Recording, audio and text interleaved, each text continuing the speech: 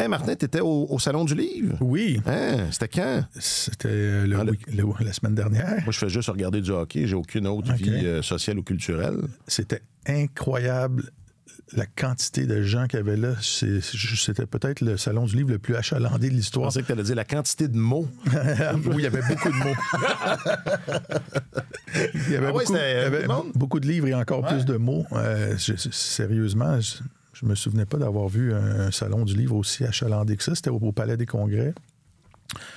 Et ça m'a redonné confiance un peu en l'humanité. Tu sais, on parle souvent de la désinformation. Bon, les gens Ils sont dans des silos. Ils sont dans des silos, etc. Puis je voyais beaucoup de jeunes parents avec leurs enfants qui étaient là. Tu sais, les enfants aiment ça acheter des livres qui leur conviennent, qui sont là pour leur âge. Émilie Perrault, notre consoeur animatrice, est venue me voir avec son fils qui avait choisi mon livre pour offrir à son père. On rencontre plein de gens là, qui viennent nous voir et dire j'écoute votre balado, je manque jamais ça, j'aime ce que vous... On devrait aller enregistrer un épisode au Salon du Livre. Quand vous publiez... C'est très pertinent. Oui. Pourquoi pas? Mais c'est vrai que le livre permet de sortir des silos. Puis c'est beaucoup... l'environnement, tu mentionnes les parents qui amènent leurs enfants au Salon du Livre, c'est beaucoup de la transmission de parents-enfants. L'information, ça peut être une habitude qui est transmise de parents-enfants, mais on dirait que l'intérêt pour le livre, ça, c'est particulier. Est-ce que l'enfant grandit en étant entouré de livres ou non? Exact. Ou de choses à lire. Moi, je me souviens, il y avait toujours des journaux sur la table chez nous le matin. Je lisais les journaux avant que mes parents se lèvent. J'avais déjà les journaux. Nos enfants ont grandi comme ça aussi, parce qu'on est 2 journalistes à la maison, nos 4 enfants. Puis à Noël, ils s'échangent, ils se donnent tous des livres en cadeau, puis ils demandent des livres, ils ont des listes. On leur demande toujours des listes de suggestions, là, puis il y a toujours 4 ou 5 livres chacun, mais j'aimerais ça lire tel truc. Et c'est ça, c'est vrai que c'est une habitude qui se cultive très, très jeune. Et enfin, je l'ai dit malheureusement, c'est-à-dire que aujourd'hui, quand tu veux lire le journal, tu lis ton téléphone. Oui. Et moi, j'ai des jeunes enfants, puis c'est ça, je suis toujours devant mon téléphone. Bon, des fois, je suis un peu sur Instagram, puis je regarde des recettes de pâtes, là. À vrai dire, souvent. Mais le reste du temps, c'est je lis sur le hockey, ou je lis des fois d'autres choses même. Et l'image que ça projette, c'est que c'est ça. Alors que là, et c'est là que le livre, des fois, le livre, c'est parce que le journal, on a le devoir à la maison, mais c'est pas mal tout ce qui reste. Mais c'est là que le livre, renvoie une autre image à ses enfants qui sont si influençables et que justement on veut... Non, mais ma fille me chicane, moi. Je suis toujours sur mon téléphone. Influenceur. Ouais, non, mais je suis toujours... je suis en train de lire, là. Achète-toi une tablette, ça fait plus sérieux, au moins. Mais peut-être, mais en même temps, c'est parce qu'elle rentre pas dans ma poche de jeans. OK. Heureusement, d'ailleurs. Elle continue de manger des pâtes et un jour, elle va rentrer. Un grand coup de lasagne, on va y arriver. Content de constater ça. Tu devrais publier à chaque année. Puis, ou Marc-Antoine, tu pourrais mettre l'épaule à la roue, nous sortir un livre une fois de temps en temps. Tu sais qu'Alex travaille sur son manuscrit en 3 tomes sur le développement des gardiens de but. Mm-hmm. C'est vrai. Il a écrit là-dessus, hein? 4000 mots! Oui. On l'a chicané un peu. Il a faibli dans le deuxième article. Il avait juste... Il était parti pour 5000. Mais...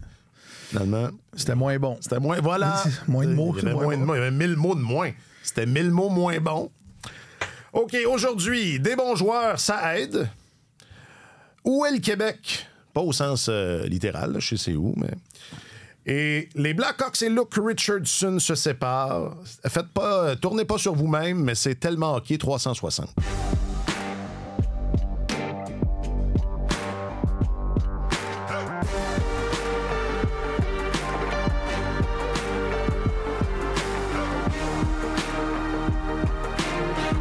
Épisode 360. Bien sûr. Le plaisir qu'on a eu avec ça en pré-production, à tourner sur nous-mêmes, vous dire. Marc-Antoine Godin est votre journaliste affecté aux affaires du Canadien, de la LNH et du hockey international maintenant. Allô, Marc-Antoine. Bonjour, messieurs. Et Martin Leclerc est votre chroniqueur principal au service des sports. Allô, Martin. Bonjour, bon vendredi, messieurs. Je m'appelle Alexandre Coupal. Ton meilleur penalty killer, c'est ton gardien. Puis à ce soir, moi, je pense qu'on a été capable de garder cette séparation qu'on a créée à cause de notre désavantage, puis beaucoup notre gardien. Un Martin Saint-Louis sobre après une deuxième victoire consécutive. Quelle semaine pour le Canadien.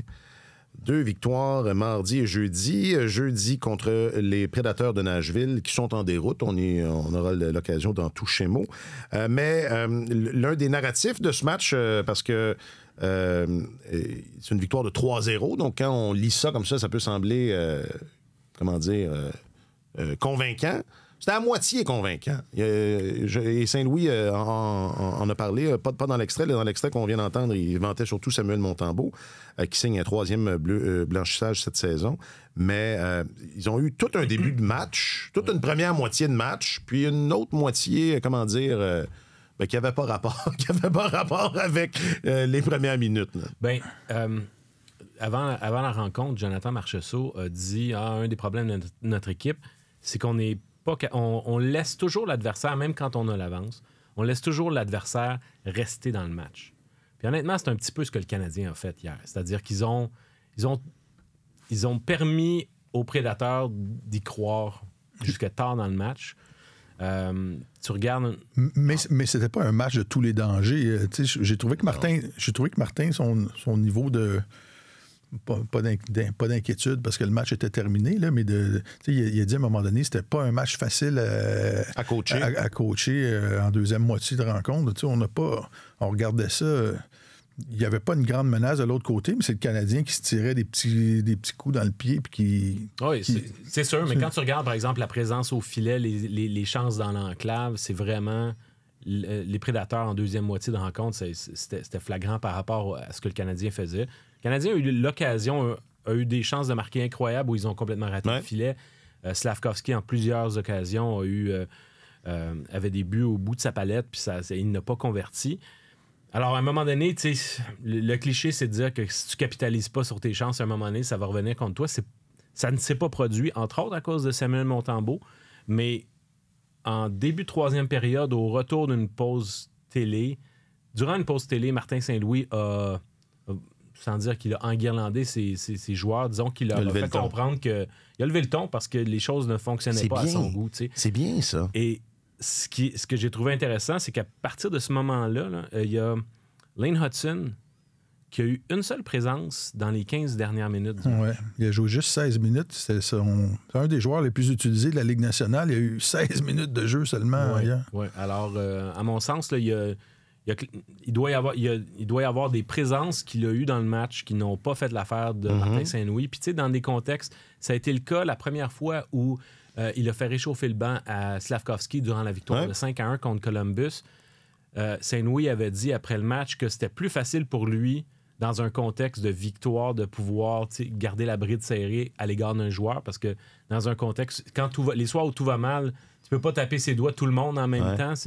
Alors, ça m'a fait penser à ça, de dire, c'était un bon soir pour l'envoyer un petit message à ta recrue, puis dire, là, les choses qu'on te dit à un moment donné, mets-les en application. T'sais. Alors, ça n'a pas été dramatique, mais il y a eu un moment, entre autres, je pense que c'était en deuxième période, là, Hudson est parti en attaque trop vite. Il a quitté sa position, puis les Prédateurs ont eu un surnombre après que Nick Suzuki ait perdu la rondelle le long de la rampe. Ça a été, c'est le moment où Forsberg a eu un poteau dans l'enclave. Tout ça, c'était juste Hudson trop pressé de partir en attaque. Alors, je pense qu'on peut isoler Hudson, mais de manière générale, c'est ça. Tu sens que Martin Saint-Louis, sur l'exécution de ses joueurs, n'était pas complètement satisfait.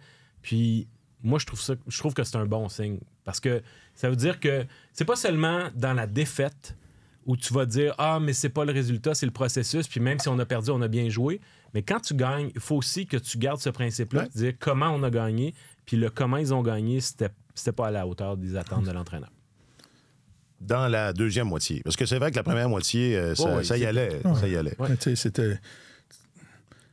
C'était 2 équipes de bas de classement. Là. On s'entend. Puis le Canadien, c'est beau, a donné un but à ses 2 derniers matchs contre 2 équipes qui ont énormément de difficultés à marquer. À marquer. Ben, c'est peut-être ça le secret. Mais c'est correct.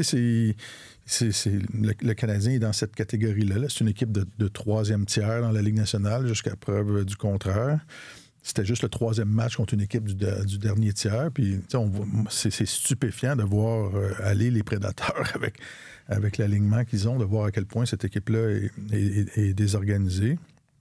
Mais ça, dans l'ensemble, moi, j'ai pas trouvé que le Canadien avait été beaucoup en danger dans ce match-là. Les Prédateurs, 12 chances de marquer que j'ai répertoriées. Philippe Forsberg en a 5 sur les 12. Stamkos en a une en première période où il a tiré dans la baie vitrée, puis une en avantage numérique que j'ai donné qui était limite. Fait qu'il n'y a pas eu une si grande menace que ça, mais les pénalités... Le désavantage numérique du Canadien était l'histoire du match. Je pense qu'il y a 4 pénalités dans les 20 dernières minutes. Mais pour être bon en désavantage numérique, il faut être puni. Et ça aussi, le Canadien est bon là-dedans. Non, mais tu sais, on se disait au début de la saison, si le Canadien veut être dans le portrait, là, comme on disait... Comme il y a un autre mot, mais ça. Non, dans le mix. J'aime pas cette expression-là. T'étais pas obligé de le dire. Il va falloir qu'il accorde une trentaine de buts de moins et qu'il en marque une trentaine de plus. Ce qui était une commande gigantesque. Là. C'est très difficile de faire ce genre de progrès-là. Voyons. Pardon. Prends le temps. On est entre nous. J'ai un petit chat dans la gorge. Ouais. Alors, mais si on regarde la performance du désavantage numérique, c'est un grand pas en avant là, cette saison par rapport à l'an dernier. Le désavantage numérique est 3e dans la Ligue, il était 24e la saison dernière. Il fonctionne à pas loin de 91 % depuis un mois. Et déjà, le Canadien a accordé 11 buts de moins que la saison dernière à pareille date, donc au tiers de la saison. Là. Alors, au tiers de la saison. Au tiers de la 11 buts x 3. Ben, ça fait 33. Mais malgré ça... T'es fort. Hein? Mais écoute, le crochet de droite qui s'en vient ou de gauche qui s'en vient, c'est que malgré ça, le Canadien a accordé 2 buts de plus que la saison dernière. Fait que t'imagines-tu que ça illustre à quel point... À 5 contre 5. À 5, tu sais, il y a quelque chose... Et Martin Saint-Louis parle souvent, il fait souvent référence. À 5 contre 5, on a été bon. À 5 contre 5... parce qu'ils doivent mettre l'accent là-dessus. Là.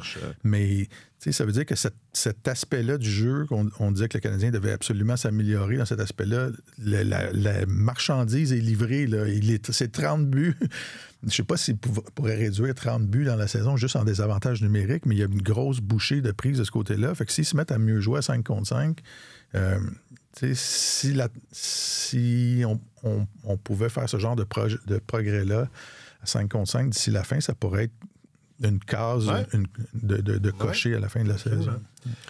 Oui, mais moi, tu dis, c'est vrai que le Canadien vient de battre 2 adversaires de fond de classement. C'est des adversaires du niveau du Canadien, mais pour se sortir du trou, la première chose que tu dois faire, c'est battre les moins bonnes équipes. Exact. C'est arrivé, on a vu maintes et maintes fois au fil des années, le Canadien qui battait de bonnes équipes, mais qui s'enfargeait contre les équipes de bas de classement. Alors là, dans la situation où il est, je pense que s'il veut se donner un certain élan, c'est que les adversaires battables, là, au moins règlent les leur équipes cas. que tu peux battre, que tu devais... c'est ça. Je dis que tu es supposé, c'est peut-être un peu étiré, mais qui sont prenables, prends-les. Prends-les. Alors, dernièrement, je trouve que c'est ce signal-là. Ils ont battu Columbus 2 fois. Perdu en prolongation contre l'Utah, mais après ça, les Islanders, maintenant les Prédateurs de Nashville. Je trouve que c'est pas si mal. Exactement. Et j'ai fait cet exercice-là au cours des derniers jours. Je pense que c'était avant le match contre les Islanders. Contre les équipes du premier tiers de la Ligue nationale, le Canadien jouait pour 250. Contre les équipes du deuxième tiers, avec la victoire contre les Islanders, je pense que ça fait 500. OK.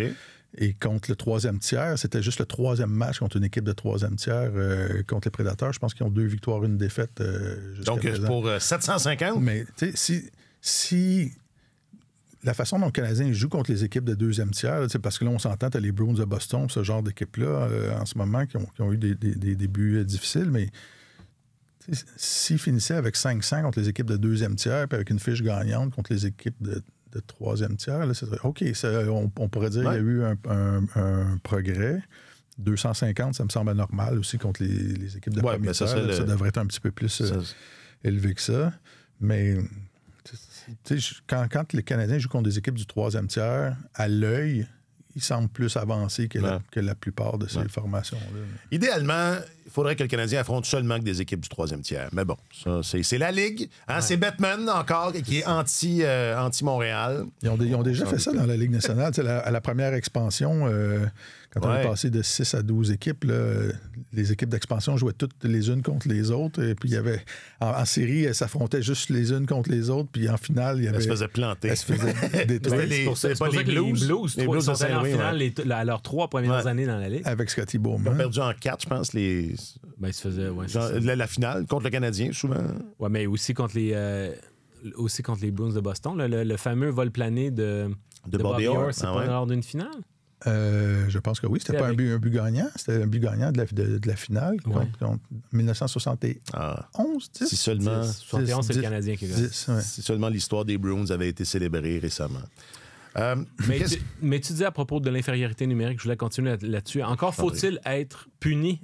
Voilà. Oui. Ça prend des répétitions. Écoute, le Canadien a été l'équipe qui en fait, l'année dernière, le Canadien a terminé 3e pour le plus d'avantages numériques concédés à l'adversaire. Cette année, ils sont encore 4e. Donc, les mauvais plis se poursuivent. C'est une équipe indisciplinée.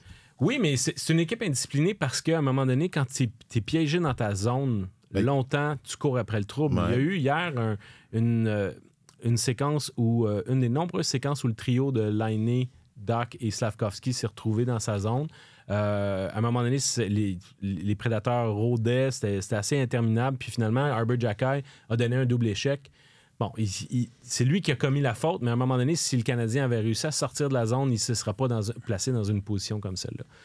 Alors, d'ailleurs, j'imagine que tu vas vouloir qu'on parle de Laine tout à l'heure, mais je trouve que ce trio-là, autant c'est le fun de voir Laine en avantage numérique, autant 5 contre 5, il y a encore des petits ajustements à faire. 2 fois 23 % de possession, ce trio-là, 5 contre 5. Ça, c'est pas bon, ça. C'est pas très bon. C'est pas bon. Ben, tiens, parlons-en. Si votre enfant arrive avec 23 % dans son bulletin, vous ne serez pas content.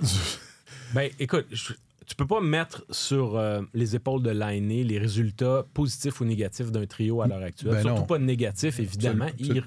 Il revient au jeu. Je pense que son arrivée, son retour fait en sorte que ça donne une espèce d'élan, un vent de fraîcheur. Caden Goulet disait l'autre jour, on a l'impression de recevoir Non, c'était Kirby Dach. On a l'impression de recevoir un cadeau de Noël en avance.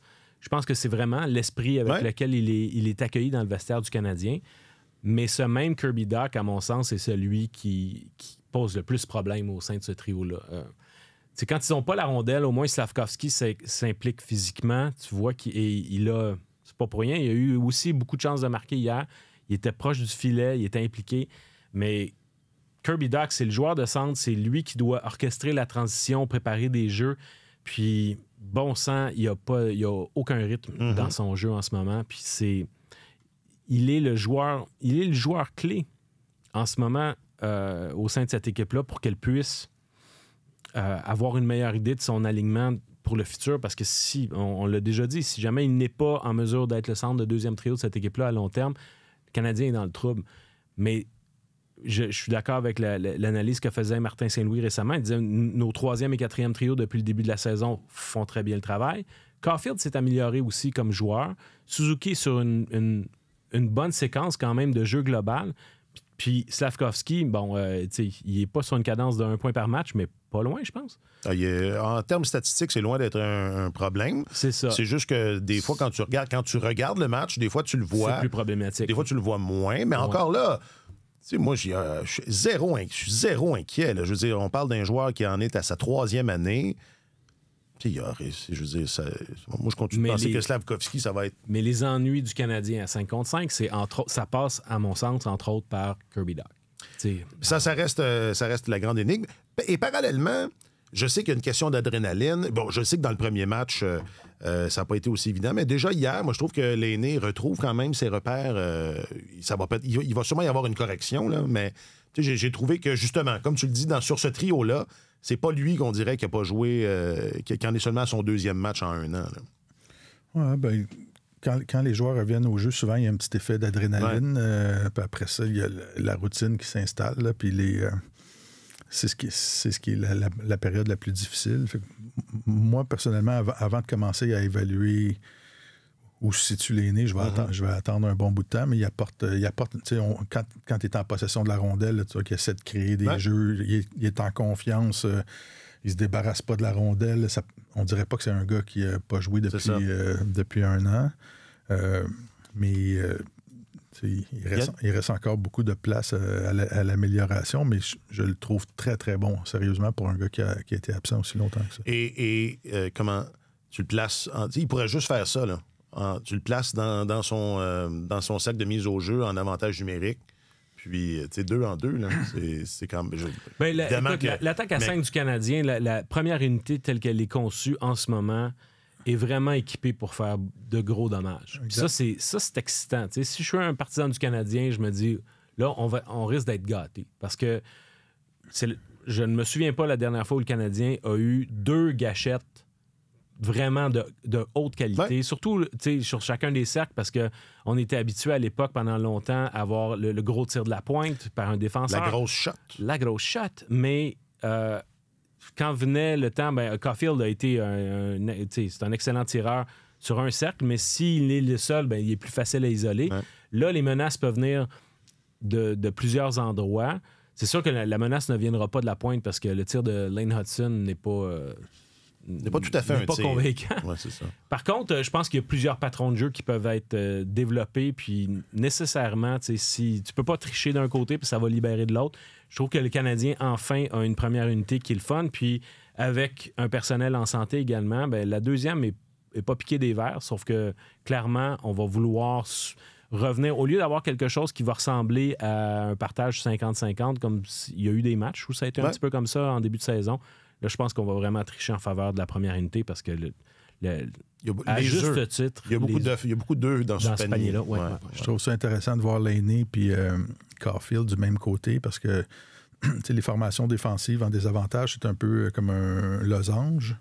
Alors, tu as un joueur qui est sur le flanc gauche qui habituellement coupait les lignes de passe. On surveillait Caulfield pour pas qu'il reçoive la rondelle. Là, on voyait souvent Suzuki de l'autre côté essayer de faire une passe transversale ou le défenseur au poste de corps arrière, Matheson ou Hudson, essayer de trouver Caulfield. Là, il y a 2 cibles de ce côté-là, puis c'est comme le pauvre gars qui doit couper les lignes de passe. Ça, c'est choisi...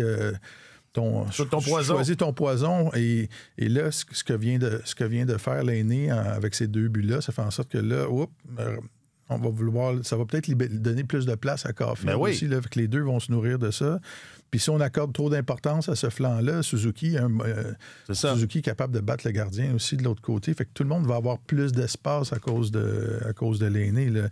Souvenez-vous, on parle de jour. Là. La semaine dernière... on avait encore 2 marqueurs de 1 but au sein de la première unité d'avantage. En reléguant Kirby sur la deuxième, on en élimine un. Parce qu'il en reste un. En 2 matchs, l'aîné a changé le portrait complètement. C'est un marqueur de 2 buts maintenant. Oui. Quand même. C'est pas rien.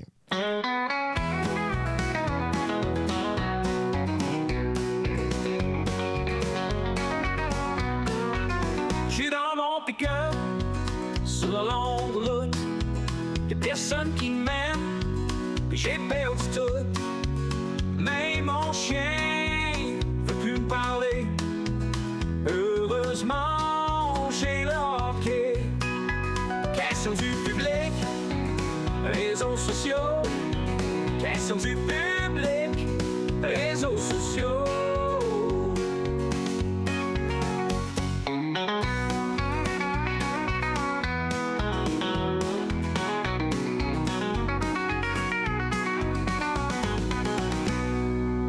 Moi, j'aime ça, le country. Bon, je dis ça, j'ai aucun... Ni référence, ni quoi que ce soit. Mais ça, c'est plus du western. C'est plus du western. Vous savez, je réitère que le livret est signé Jacques-Alexis Bernardin et l'interprétation est signée ChatGPT. C'est ce que c'est ça? Ouch. C'est pas ChatGPT. Non. Mais c'est une autre intelligence artificielle. OK. C'est ce qu'on me dit. Bon. Souvenez-vous, l'an passé, on avait peur de perdre nos jobs à cause de finalement, ça s'est pas passé. Pas encore. Ça s'en vient. Tu penses, ouais. Alors, on a demandé via les réseaux sociaux, et c'est un humain là, qui a fait ça, qui a demandé via les réseaux sociaux, en marge des annonces des équipes de la confrontation des 4 nations, que pensez-vous de votre équipe Canada? Et il y a un thème qui revient. Mais Marc, sur Facebook, dit « Bon club ». Ça m'apparaît juste. Ouais. Ça m'apparaît juste comme observation. Bon petit club. Ouais. On va faire un bon club. Robert, sur Facebook, il n'y a pas beaucoup de Québécois. Ah, Robert, bien vu. Ça revient. Sur Facebook, toujours. Daniel, je ne me sens pas du tout représenté. Ah, on a compris. Toujours sur Twitter. Excité de voir... voilà, comment dire, de la candeur. Pierre. Excité de voir le trio Marchand, Crosby, McKinnon à l'œuvre. Ben oui. C'est une bonne ligne. Une bonne ligne. Et c'est ça qui est ça. Mais Martin, toi, qu'est-ce que tu penses de notre équipe Canada? Parce que je sais pas. Je sais pas ce que tu en penses. Moi, j'étais pas au balado avec vous. Ben, non seulement ça, mais on n'en a même pas parlé dans nos vies privées. Là. Ouais. Écoute, comme beaucoup de gens, je trouve hallucinant que la position de gardien pose problème, alors que c'est la position clé dans ce sport-là. Je vois que je me souviens clairement de la dernière fois où le Canada a bâti une équipe avec ses meilleurs joueurs au jeu à Sochi. On avait formé à ce moment-là, les dirigeants avaient mis sur pied la meilleure équipe défensive de tous les temps. Là. Je ne sais pas si les gens se souviennent de ça. Quand on parle d'équipe Canada, il y a beaucoup de gens qui font immédiatement l'association. On va avoir les meilleurs joueurs offensifs là, puis ça va être un feu d'artifice. Alors qu'à Sochi, le Canada avait accordé 3 buts en 6 matchs, avait blanchi les Américains en demi-finale, avait blanchi les Suédois en finale. Les 2 meilleurs marqueurs de l'équipe avaient été Drew Doughty et Shea Weber. Et c'était une grosse équipe lourde qui s'installait en zone adverse. Des Ryan Getzlaf, des Corey Perry, des Patrick Marleau qui s'installaient dans les coins de patinoire puis qui rendaient ça impossible pour les joueurs adverses de sortir avec la rondelle. Fait que c'est du gros hockey lourd, défensif. Et donc, c'est là-dessus que l'accent est mis. Dans un court tournoi, dans un format de tournoi, tu peux te faire éliminer dans un match. Ta plus grande sécurité, c'est pas le nombre de buts que tu es capable de marquer, c'est le nombre de buts que tu es capable d'empêcher. Et à cette position clé-là de gardien, on est dans un creux. Mais donc, c'est ça. Je vois qu'il y a un fort accent qui a été mis sur la qualité du jeu défensif. Un fort accent sur le palmarès. Est-ce que tu es un gagnant ou pas? Il y a quoi? 21 Coupes Stanley du côté canadien. Il y en a 4 du côté américain. J'ai fait le décompte rapidement. Là. C'est 15 joueurs, en tout cas. Le nombre de Coupes Stanley, c'est 15 joueurs d'un côté, 3 de l'autre. C'est ça. Mais les 15 en ont gagné. Les gars du Lightning en ont gagné 2. Pietrangelo en a remporté 2, etc. Alors... tu vois qu'il y a une vision derrière la conception de cette équipe-là. Puis c'est ça. Moi, j'ai aimé le fait qu'on... Bon, l'autre aspect, c'est la représentation québécoise au sein des équipes nationales, la représentation québécoise au sein de la Ligue nationale, point, parce que les gardiens, c'est ça. Là, on voit qu'on perd... Alex Gascon a écrit 2 textes, on en a parlé de ça cette semaine, mais le fait que... on est un Québécois qui occupe le poste de 3e gardien dans l'équipe. Ça m'interpelle aussi. Alors, je pense que si on fait l'amalgame de ce qui s'est passé cette semaine avec l'équipe Canada Junior, avec la nomination de l'équipe canadienne, il faut qu'on... À mon sens, c'est impensable qu'on ne fasse pas de remise en question sur la façon qu'on fait du hockey au Canada, sur la vieille façon. Il y a 60 ans, on faisait jouer... La façon de trouver l'élite, c'était de faire jouer les meilleurs contre les meilleurs. Puis il y en a qui arrivaient au sommet de la montagne, puis on disait, bon, mais c'est vous autres les meilleurs, bravo. Et les autres pays à travers le monde ont une approche plus scientifique. Plus systématique. On forme les entraîneurs, on a une vision commune, on enseigne les habiletés fines en bas âge, parce que c'est à 9-10 ans que c'est plus facile d'apprendre les mouvements complexes, etc. Et nous, on continue de juste faire jouer les meilleurs contre les meilleurs. Et donc, à l'intérieur du système canadien, le Québec est en train de disparaître et le système canadien lui-même est en déclin. il y a 13 de joueurs canadiens qui ont disparu au cours des 20 dernières années dans la Ligue nationale. Puis j'ai posé la question à Mme Anderson, la présidente de hockey, la nouvelle présidente de Hockey Canada, l'année dernière. J'ai dit, ça vous inquiète pas, il y a un déclin. Puis elle dit, non, c'est juste signe que le hockey international est en santé puis que les autres pays font bien. Alors, je pense pas que ce soit la bonne approche. Puis je donnais dans ma chronique l'exemple, si Apple perdait 13 parts de marché ou que Coca-Cola perdait 13 parts de marché et que les dirigeants arrivaient devant le conseil d'administration pour dire, mais là, écoutez, il y a de la compétition internationale. Les autres s'améliorent. C'est le fun. Ça veut dire que notre domaine s'améliore. Ces gens-là perdraient leur emploi sur le champ. Coca-Cola va bien. L'état global du Coca-Cola se porte bien. L'état d'esprit devrait être, si vous voulez nous enlever une demi-part de marché, vous allez devoir vous battre à la vie, à la mort, jusqu'au sang. C'est ce qu'ils font, d'ailleurs. Puis on voit, là, à la position clé, on développe plus de gardiens qui sont parmi la fine élite. Puis on perd des défenseurs, on perd des attaquants. Alors, c'est ça. Moi, je pense et ça fait 20 ans que j'écris là-dessus, puis je suis mauditement tanné d'écrire là-dessus, puis de voir que... Ça fait longtemps que le déclin, tu le vois venir. Ben oui. Au Québec, ça a commencé, ça s'est fait de façon très brusque, là, entre la fin des années 90 puis le début des années 2010. On a perdu comme la moitié des joueurs québécois dans la Ligue nationale d'une seule vague. Puis là, il restait des gardiens, puis beaucoup de vétérans de 30 ans et plus. Puis là, j'écrivais, là, la pyramide démographique n'est pas bonne, là, on va perdre tout le monde. Puis là, il reste comme 30 ou 32, 33 joueurs québécois qui jouent régulièrement dans la Ligue nationale, alors qu'il y a plus d'équipes qu'auparavant. Puis tu regardes les Américains à côté qui prennent le contrôle du plus important morceau du système de développement, l'étape finale, le hockey universitaire. On vient d'ouvrir les portes au hockeyeurs juniors. C'est la même chose du côté féminin. Les Américains dépensent énormément d'argent dans le développement. Il y a eu une période, je me souviens, avant 2010, là, ils se construisaient plus d'arénas au Minnesota seulement que dans le Canada au complet, là, à chaque année. Alors, on est en train de reculer et il n'y a pas d'approche scientifique qui se fait. On est assis sur nos lauriers, puis on a développé une grande expertise au Canada au fil des années pour identifier le talent qu'on a, qui est disponible, puis dire on va monter une équipe avec ça. C'est toujours, on choisit ceux qui sont en haut de la montagne, mais ceux qui arrivent en haut de la montagne sont peut-être de moins en moins compétents parce qu'on les aide. On les aide pas. Là. Ou du moins, ils sont désavantagés au niveau de l'organisation, des structures, des approches, des philosophies. Exact. Ils sont désavantagés par rapport aux autres, ou je parle des autres pays, où est-ce qu'on a mis ça en place? Bien, il y a comme deux philosophies. Si tu regardes aux États-Unis, il y a énormément d'argent du privé qui est injecté pour pouvoir mousser le développement des joueurs. Il y a une approche plus subventionnée en Europe. J'ai l'impression que le Canada est comme ni un ni l'autre. Il n'a ni la puissance monétaire des Américains pour pouvoir soutenir leur programme au privé, mais on essaye quand même de développer un hockey mineur qui va être une business. Ouais. Et on n'a pas non plus les fonds publics qui sont suffisants pour pouvoir faire en sorte que la structure qui est en place puisse sainement développer des joueurs, puis de façon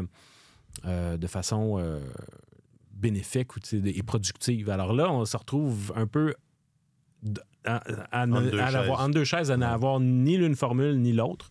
Et puis, autant à l'échelle canadienne qu'à l'échelle québécoise, on en paye le prix. Puis, tu le vois, le fait que Samuel Montembeault soit le seul représentant de l'équipe canadienne, je pense que provenant du Québec, ça illustre le déclin au niveau de la représentativité québécoise à l'intérieur même de la Ligue nationale, mais c'est sûr que je pense qu'Alexis Lafrenière, éventuellement, va se tailler une place au sein de la formation nationale, peut-être dès les Jeux olympiques l'année prochaine. Mais je descends la liste puis je réalise que, oui, il y a des gars qui sont en fin de carrière comme Le Temps, mais il y en a d'autres qu'on croyait pouvoir devenir des joueurs de premier plan, des joueurs vedettes, que ce soit Jonathan Drouin, que ce soit Pierre-Luc Dubois, Jonathan Huberdeau dans une certaine mesure, ou Thomas Chabot. Juste ces quatre gars-là, c'est pas des gars qui finalement auront été au bout de Huberdeau quand même, jusqu'à un certain point, il a quand même réalisé des belles choses, là, mais c'est pas des gars qui auront nécessairement atteint leur plein potentiel. Et s'ils l'avaient fait, et s'ils avaient été aussi dominant ou aussi gros qu'on l'aurait Anticipé, ouais. d'abord espéré. Ouais. Peut-être qu'on aurait davantage de représentation. Ou qu'ils auraient pu ne pas être choisis, comme ça s'est vu dans les années où on avait des joueurs québécois qui dominaient.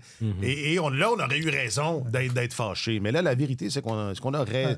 On peut pas vraiment... Puis même Alexis Lafrenière, tu sais, je veux dire... Peut-être, là, mais c'est vraiment pas un scandale là, qui n'a pas été... Don Sweeney, hier, disait on a un contingent de jeunes joueurs, une nouvelle vague, nouvelle génération qui s'en vient. Il a mentionné Connor Bedard, mais il y a d'autres joueurs dans cette mouvance-là, puis assurément qu'Alexis Lafrenière en fait partie. C'est des gars qui sont sur le radar de l'équipe nationale, mais qui, pour les fins du tournoi de février, on a dit on va y aller avec ceux qui, à notre sens, nous donnent les meilleures chances de gagner dans les rôles qu'on prévoit leur attribuer. Mais, et s'il y a des vétérans qui semblent complètement dépassés dans ce tournoi-là ou des gars qui font vraiment pas bien, on va aller plus loin dans la liste. Là. C'est ça. Mais je pense que, non, Lafrenière, écoute, son amélioration est régulière dans la Ligue nationale. Je pense qu'il va de mieux en mieux. Puis je pense qu'il va être... ce n'est qu'une question de temps. Mais même à ça, on ne peut pas s'accrocher à un gars ou deux pour dire « Ah, ils vont sauver l'honneur, ils vont sauver la face. » Ça n'ôte pas le problème structurel. Non, parce que de toute façon, après Lafrenière, il n'y a personne. Là. Et après je sais pas, je n'ai pas réfléchi avant de dire ça. Parmi le contingent québécois, c'est assez restreint. Puis il y a beaucoup de gens qui disent... qui semblent penser que c'est insoluble, ce problème-là. C'est de même. Ça peut pas se régler. C'est de même, on est pris. Puis c'est ça. J'ai appelé André Lachance il y a quelques semaines. André Lachance, qui est un expert canadien en matière de système sportif. Il va souvent il est invité par des fédérations ou des comités olympiques scandinaves, brésiliens, américains pour aller faire des conférences pour expliquer ce qu'il faut faire pour bâtir des systèmes sportifs qui sont fertiles, qui sont stimulants, etc. Et, curieusement, lui, il est au Canada, mais au Canada, nous, on pense qu'on n'a pas besoin de toutes les réponses, mais tout le monde s'inspire des Scandinaves qui, eux, s'inspirent de nos experts, de nos modèles de développement. Et il a soulevé une question intéressante. Il disait, quand je lui parlais de la situation des gardiens, il disait « Ouais, mais qu'est-ce que le Canada faisait de bien quand on avait beaucoup de gardiens dominants dans la Ligue nationale? » Puis, tu sais, on le sait pas. On le sait pas trop. Ça émanait du système comme ça. Mais pour le hockey québécois, on le sait qu'est-ce qu'on faisait de bien, puis ce serait facile de retourner à ça. Mais moi, c'est ça qui me fâche. Parce que quand on regarde la Ligue de hockey Midget 3A au Québec, là, il y avait 7 équipes dans cette ligue-là auparavant, jusqu'au début des années 90, milieu des années 90. Et c'était probablement la ligue de hockey midget la plus forte au monde. Il y avait, en dessous de chaque équipe midget 3A au Québec, tu avais 2200 joueurs Pee-Wee d'âge Pee-Wee dans la pyramide. Là. Ça veut dire qu'il fallait que tu sois, même si on parle de gars de 16 ans, il fallait que tu sois un homme en tabarouette pour réussir à jouer Midget 3A au Québec. Là. C'était une ligue... C'est comme 20 sur 2000. C'était extrêmement fort, extrêmement compétitif. Puis tu avais des gros bonhommes là-dedans parce qu'on choisissait juste la crème de la crème. Et Hockey Québec a commencé à dire, là, on va faire un système de clubs, un peu comme en Europe, et on va créer des équipes Midget 3A dans toutes les régions. Et là, on est rendu, il y a 15 équipes dans la Ligue de hockey Midget 3A. Et dès que ça s'est fait, là, on le voit, là, les deux courbes, quand tu fais les deux courbes, là, le nombre de joueurs québécois dans la Ligue nationale a fait ça. Et malgré qu'on ait doublé le nombre de joueurs 3A, et il y a eu expansion en même temps dans la Ligue de hockey junior majeur du Québec. On est passé de 12 à 18 équipes. Alors, fait que ça fait qu'on développe des joueurs de moins bonne qualité parce que... Oui, mais en même temps, tu disais, Martin, tout à l'heure, tu disais on fait jouer les meilleurs avec les meilleurs. C'est un petit peu... J'imagine qu'à l'époque où il y avait... Puis tu avais l'air de déplorer un petit peu ça. C'est parce que c'est tout ce qu'on fait. C'est parce qu'à partir du moment où... Si tu as 7 équipes, forcément, c'est que tu as identifié les meilleurs, peut-être un peu trop vite, mais tu les as identifiés puis tu les fais jouer ensemble. En transposant ça à 15 équipes, tu bascules peut-être dans l'excès inverse, c'est-à-dire que tu dilues ton produit, mais en même temps, tu diminues les chances que tu as des gars qui tombent entre les cracks puis que finalement, tu dis, lui, on l'a pas recruté, on l'a pas développé. Ouais, Il n'y a pas un juste milieu à trouver. Faire jouer les meilleurs contre les meilleurs, on identifie l'élite trop rapidement. On commence à créer une élite 3 à l'âge de 11 ou 12 ans. Et là, quand on arrive au niveau midget, qui est M18 maintenant, si ma mémoire est bonne, là, la pyramide est inversée. Il y a comme... Et le système québécois, avec 15 équipes midget 3A, ne produit pas plus de joueurs juniors majeurs. Il n'y a pas plus de Québécois maintenant, en 2024, dans la Ligue de hockey junior majeur du Québec qu'il y en avait quand il y avait 7 équipes midget 3A. Ça veut dire que le système n'est pas capable d'en produire plus. Ouais. Et ceux qu'on développe, finalement, ne sont pas mieux formés. T'sais, à un moment donné, il faut que tu les regroupes, les meilleurs talents. Là. Puis le meilleur âge pour le faire, c'est autour de l'âge de 16 ans. Puis on l'a complètement échappé. Et là, si on regarde maintenant, chaque équipe Midget 3A est supportée par 800 joueurs d'âge Pee-Wee au lieu de 2200 à l'époque. Et comme maintenant, le membership de Hockey Québec a diminué quand même considérablement. J'ai fait le calcul. Là, pour avoir les mêmes ratios qu'on avait auparavant quand il y avait 7 équipes, il faudrait qu'il y ait 5 équipes Midget 3A au Québec au lieu de 15. Au lieu de 15. Alors, regardons ce qu'ils font les Américains. Là. Ils ont un programme national avec une équipe nationale des moins de 17 ans, moins de 18 ans. Pour le pays. Il y a sûrement plus que 2000 joueurs. Ben oui, eux autres, ils ont 385 000 joueurs aux États-Unis. Là. Mais à un moment donné, il faut que tu regroupes tes meilleurs talents ensemble pour qu'il y ait une émulation qui se fasse. Puis et nous, on l'a échappé à partir de ce moment-là. La courbe a chuté dramatiquement. Puis c'est pas... Il y a des gens qui pensent qu'il y a une discrimination à l'intérieur du Canada à l'intention des joueurs québécois. Il peut y en avoir Ça a déjà peut-être été vrai. Il peut y en avoir une jusqu'à un certain point parce que toute la machine de Hockey Canada est contrôlée du côté anglophone. C'est basé en Alberta et tout ça. Il y a une proximité. Absolument. Et ça, on sait comment fonctionnent les systèmes humains, là, puis ça se peut que ça arrive. Si t'es pas présent autour de la table, on risque de ne pas tenir compte de ton avis. Exact. Sauf qu'au repêchage de la Ligue nationale, les équipes de la Ligue nationale dépensent des millions et des millions et des millions en recrutement. Ils sont prêts à aller trouver un joueur dans le nord du Kazakhstan s'il est capable de jouer dans la Ligue nationale. Et ils ont des joueurs québécois sous les yeux. C'est un verdict des 32 équipes de la Ligue nationale. S'il y avait une inefficience du marché et que les joueurs du Québec étaient plus performants que les autres et qui étaient victimes de discrimination, il y a certainement 4 ou 5 équipes qui en repêchent des poches, des poches pleines. Oui, qui rempliraient le camion et qui diraient venez vous en chez nous. Parlez-vous français? Ah oui, embarque. Mais il n'y a pas eu de Québécois sélectionnés en première ronde lors des 2 dernières années. C'est un verdict. Il y a de moins en moins de Québécois qui sont... Avant, le nombre de Québécois diminuait. Là, c'est le nombre de Québécois repêchés qui diminue. Et là, si t'es pas repêché, c'est difficile de jouer. Il faut qu'on finisse par faire que quelqu'un fasse une action. Là. C'est beau faire des rapports, puis discuter, puis parler de gouvernance, mais là, il y a quelque chose qui peut se passer sur le terrain puis qu'on règle ce problème-là une fois pour toutes. Là. Juste pour clore là-dessus, vous avez vu passer ce journaliste en Alberta qui, je pense que de cette façon empathique, on en parlait un peu avant l'enregistrement. John Shannon. John Shannon qui écrivait que la sélection de Montembeault, c'était justement une sélection politique parce que si Montembeault n'était pas là, c'était 0, le nombre de joueurs québécois dans cette équipe-là. Moi, j'ose imaginer, si je me réfère à... Parce que là, on vient d'établir que s'il n'y a pas plus de Québécois dans cette équipe-là, c'est parce qu'il n'y en a pas tant qui méritent. Il n'y a pas de scandale là, à ce qu'il n'y en ait pas. Mais il y a 10 ans, 20 ans, c'était pertinent, je pense, là, de trouver... Comme, mettons, Martin Saint-Louis n'avait pas sa place originalement sur l'équipe qui a été à Sochi. Il l'a eu parce que Stamkos s'était blessé, mais c'est le premier exemple que j'ai, mais il y en a plein d'autres.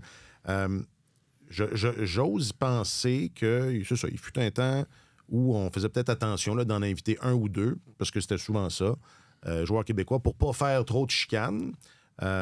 Pensez-vous que la sélection de Montembeault appartient à un concept comme celui-là? Je ne pense pas. Non. Honnêtement, puis je trouve ça frustrant que qu'on entretienne ce discours-là. Je trouve que c'est quasiment insultant pour Montembeault de dire t'es là comme... Tu sais, t'es le Québécois de service, là. Puis que, dans le fond, t'es là juste parce que tu t'appelles Montembeault puis que si t'étais né en Ontario, tu serais pas là. On va arrêter de t'appeler Sam parce que ça sonne pas assez Keb. On va recommencer à t'appeler Samuel. Oui, c'est ça. Puis, ça, c'est... Parce que ça rentre pas dans l'infographie. Non, la Ligue nationale, autrefois, écrivait Samuel. À un moment donné, ils ont coupé Sam, puis ils ont transformé Vincent Le Cavalier en Vinny Le Cavalier, puis Danny Brière. Puis Marty Saint-Louis. Marty. Je cabotine, là, mais je pense que Samuel Montembeault a démontré qu'il a sa place, là. Puis c'est pas comme s'il avait volé de façon outrageuse la place à quelqu'un d'autre. Tu sais, il y a aussi on vient de dire qu'il n'y a pas de candidat.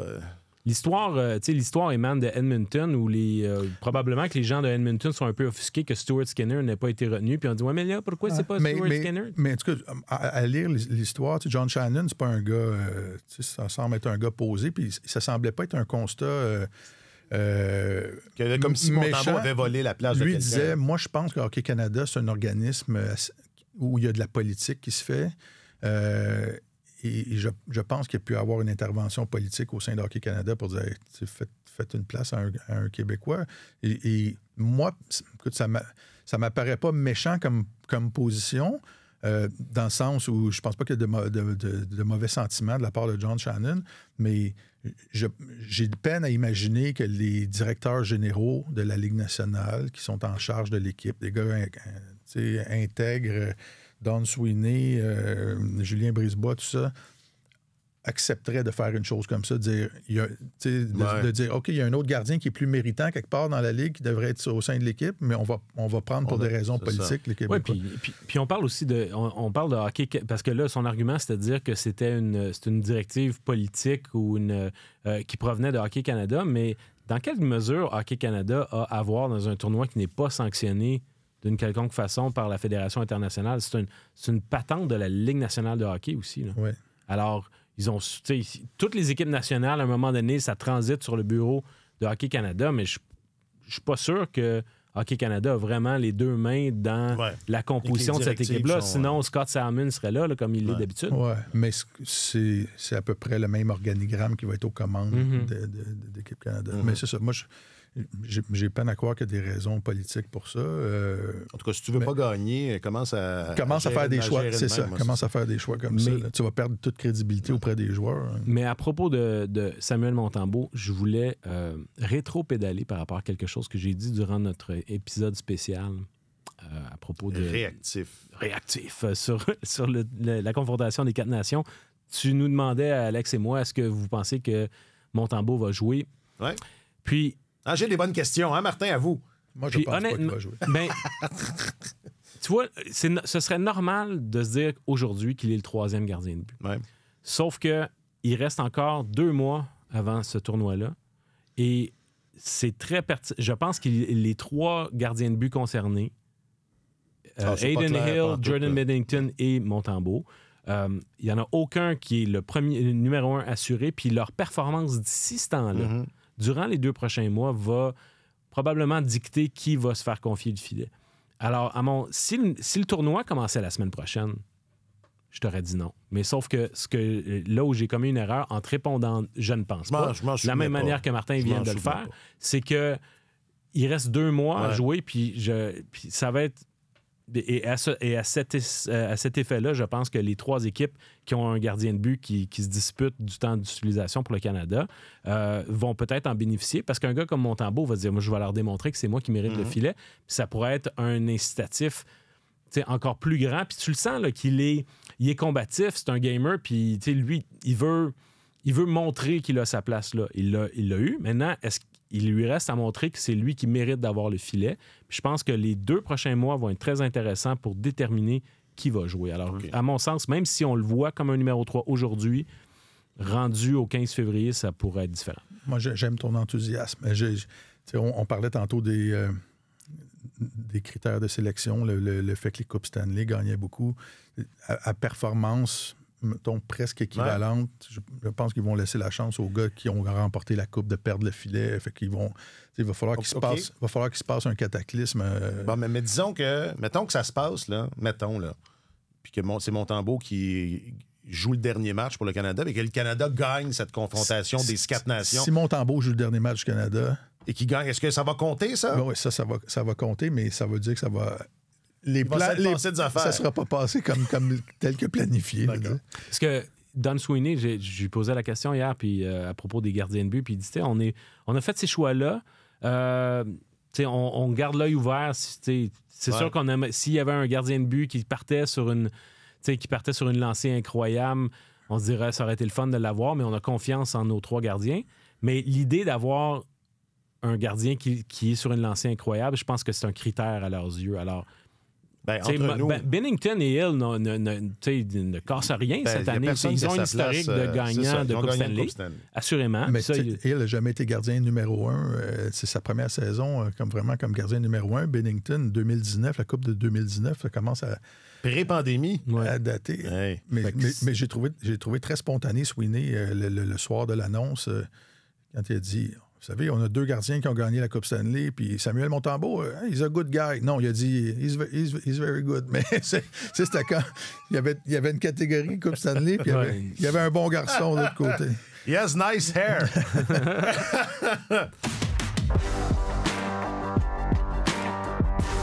Bon, je voulais qu'on parle de Luke Richardson. On va faire ça en 30 secondes.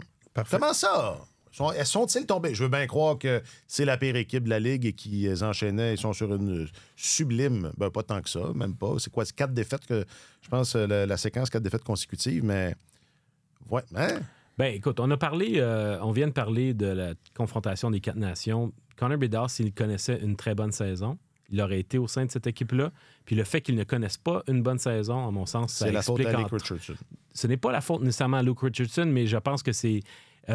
Richardson paye pour le fait que cette équipe-là ne progresse pas et elle n'a pas progressé cette année jusqu'à maintenant, entre autres parce que Connor Bedard lui-même ne progresse pas. Je sais qu'il y a des grosses critiques à Chicago par rapport à l'utilisation de Bedard, ses compagnons de trio avec lesquels on devait le jumeler, on ne devrait pas le jumeler. Les choix à cet égard-là de Richardson ont beaucoup été remis en question.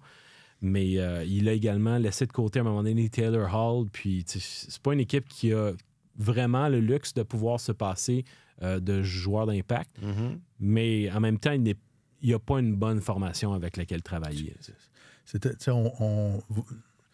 Vous vous moquez de moi parfois avec mon expression de dire on peut pas faire pousser une fleur plus vite en tirant dessus. Mais là, à Chicago, là, ils ont les 2 pieds ancrés dans le sol, puis les 2 mains sur la tige, puis ils tirent dessus. Il faut retourner 2 ans et demi en arrière. Là. Les Blackhawks ont jeté une bombe atomique dans leur vestiaire pour être sûr d'avoir la meilleure chance possible d'avoir Connor Bedard au repêchage. Alex DeBrincat échangé, un marqueur de 30 buts de moins de 25 ans. Brandon Hagel qui a trouvé une place sur l'équipe canadienne. Ils ont laissé partir chez le Lightning. Kirby Dach aux Canadiens. Ils ont laissé Lukas Reichel... Luca Reichel dans la Ligue américaine parce qu'il était trop bon. Quand il le rappelait puis qu'il marquait des buts, il le renvoyait tout de suite pour pas les aider à gagner. Ils ont laissé partir des vétérans comme Dominique Kubalik qui était bon chez eux, Dylan Strome. Ils ont échangé Patrick Kane, ça aurait pu être un bon mentor pour les jeunes joueurs qui s'en venaient. Ils ont rasé la maison complètement, ils ont bulldozé ça. Puis là, on a l'air à penser qu'ils devraient être plus performants que les bas-fonds du classement deux saisons plus tard. Là. Et puis tu regardes l'alignement, ils ont bouché des trous avec des gars comme Taylor Hall, Nick Foligno a 37 ans, Pat Maroon a 36 ans, Craig Smith, 35 ans, TJ Brodie a 34 ans maintenant, qui a un des plus gros déficits dans la Ligue nationale de buts marqués, de buts encaissés là, quand il est sur la patinoire. Alec Martinez a 37 ans. Puis là, est-ce qu'ils pensent que Richardson aurait gagné 13 ou 14, aurait dû gagner 13 ou 14 matchs depuis le début de la saison? Peut-être que l'équipe ne performe pas à la hauteur des attentes, mais comparer ça avec la situation de Montréal où on a commencé, on est dans la 4e année là, de reconstruction, puis on a gardé quand même beaucoup de vétérans. Puis à quel point c'est difficile de sortir de ça. Eux autres ont tout jeté à terre, puis ils semblent surpris que à la 2e saison de Connor Bedard, que ce ne soit pas une flèche ascendante vers les sommets. Moi, ça me donne l'impression d'un directeur général qui se sent inconfortable pour son poste puis qui a décidé de sacrer l'entraîneur en bas du bateau Parce que c'est comme ça qu'on fait. Pour gagner du temps, mais... Quand on est dans cette position. C'est ça. Ça démontre que quand tu choisis un poste d'entraîneur dans la Ligue nationale, il faut que tu fasses attention avec qui tu travailles parce que tu peux te faire planter un couteau dans le dos assez vite. Puis je donnais l'exemple ce matin. Regardez André Tourigny. Il a passé à travers les années. Lui, il s'est associé à un directeur général qui a dit... T'es notre homme, puis on va faire ça ensemble. Il a passé à travers les années de misère, puis là, les belles années s'en viennent, puis il est encore derrière le banc, mais il y en a un paquet qui se font planter le couteau dans le dos avant même que ce soit possible de penser que des progrès vont arriver. Oui, la majorité des entraîneurs, en fait, qui participent à une reconstruction d'équipe ne restent pas pour la durée de la reconstruction, puis à un moment donné, ils payent de leur poste. Profitent pas de l'ombre. Non, exactement. Puis c'est drôle parce qu'iréniquement, une des exceptions à cette règle-là était à Chicago, c'était Joel Kenville. Alors qu'il, lui, a participé à la reconstruction des Blackhawks et qui était là pour... qui a mené cette équipe-là à 3 Coupes Stanley. Mais aussi, en matière de reconstruction, il faut aussi regarder des fois... Tu te compares avec les autres équipes qui sont normalement à la même étape que toi. Puis ça va beaucoup plus vite du côté des Sharks de San Jose en ce moment qu'à Chicago. Chicago piétine, puis les Sharks qui ont traversé un peu un mécanisme semblable, qui étaient aussi mauvais, qui ont fait à peu près table rase. Ça va beaucoup mieux de leur côté. Il y a des progrès nets à San Jose. Ouais. Au cours des 10 derniers matchs, les Blackhawks ont gagné seulement 2 de leurs 10 derniers matchs. Puis pendant ce temps-là, les Sharks ont été 5-4-1. Donc, il y a quand même... Normalement, ça devrait être... Si la reconstruction est longue pour les Blackhawks, ça devrait être également longue pour les Sharks. Mais il y en a une qui semble avoir trouvé davantage de solutions. Mais Richardson, manifestement, lui, était à court de solutions. Enfin, à suivre. Paul Richardson aussi, là, le temps file, mais c'est un entraîneur qu'on a connu à Montréal, puis qui était très apprécié. Ouais. On va lui souhaiter le meilleur pour la suite. Et c'est aussi ce que je vous souhaite. Les joueurs du Canadien disaient on traverserait les murs pour lui quand il avait pris la relève de Dominique Cham contre Vegas, si ma mémoire est bonne, en demi-finale. Ouais. C'est probablement là que Davidson s'est dit « Ah, tiens, lui, je le verrais dans un rôle d'entraîneur. » je le verrais avec un couteau dans le dos. Je ne sais pas s'il va avoir un autre travail d'entraîneur-chef dans la Ligue nationale, mais il n'y aura pas de misère. S'il veut retourner adjoint, il n'y aura pas de misère à se trouver du boulot. Non, ça semble acquis. Marc-Antoine Godin, je rappelle que tu es notre journaliste affecté aux affaires du hockey. Et quel journaliste affecté? Mazan, pour vrai, top 3, top 2. Top 2 avec Alexandre Gascon. On a peut-être de la difficulté à développer des joueurs de hockey d'élite, mais des journalistes de oui, mais vous ne m'avez pas développé, vous m'avez embauché comme joueur à Ottawa. Voilà, mais ça compte. Mais tu fais partie de la cuvée québécoise quand même. Ça, c'est sûr. Ça, c'est vrai. On les a tous développés, les autres. Donc, à un moment donné, il fallait Mazan. Oui. Hey. On est un peu comme les... C'est ça, on est un peu comme les Aces d'Oakland. On développe beaucoup... Puis on n'a pas d'argent. On n'a pas d'argent pour les garder. Non, c'est même pas ça. On nous les a purement volés. Mais c'est vrai que sur la couverture du hockey, il y a beaucoup d'anciens de Radio-Canada, des gars qui ont... Tentez de les identifier à la maison. Puis pour toutes les bonnes réponses, il y aura un tirage. Martin Leclerc, tu es notre chroniqueur principal au service des sports. Oui, j'en suis tellement fier. Et les gars, merci pour vrai. Merci infiniment. Un gros merci à Jacques-Alexis Bernardin à la production de cet épisode. Je m'appelle Alexandre Coupal. Passez un bon week-end. Sur tous les terrains et sur tous vos appareils, Radio-Canada Sport.